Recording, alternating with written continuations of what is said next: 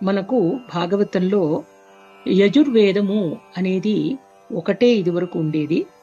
దానిని తదనంతరం 4 వేదాలుగా విభజించబడ్డాయి అని చెప్పినటువంటి విశేషాన్ని తెలుసుకున్నాం.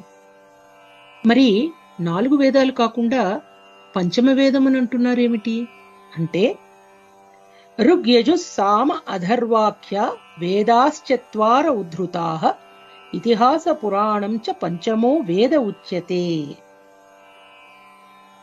మహాభారతము పంచమ వేదంగా మనకు ఎంతో విశేషంగా చెప్పబడుతోంది. 4 వేదాల్లో తెలుపబడిన ఉపదేశాలను వివరించే పురాణాలు మహాభారతము వాస్తవానికి చారిత్రక విషయాలపైనే ఆధారపడి ఉన్నాయి. మహాభారతం పంచమ వేదంగా ఛాందోగ్యోపనిషత్తులో కూడా పేర్కొనబడింది. జ్ఞానపు ఆది మూలము యొక్క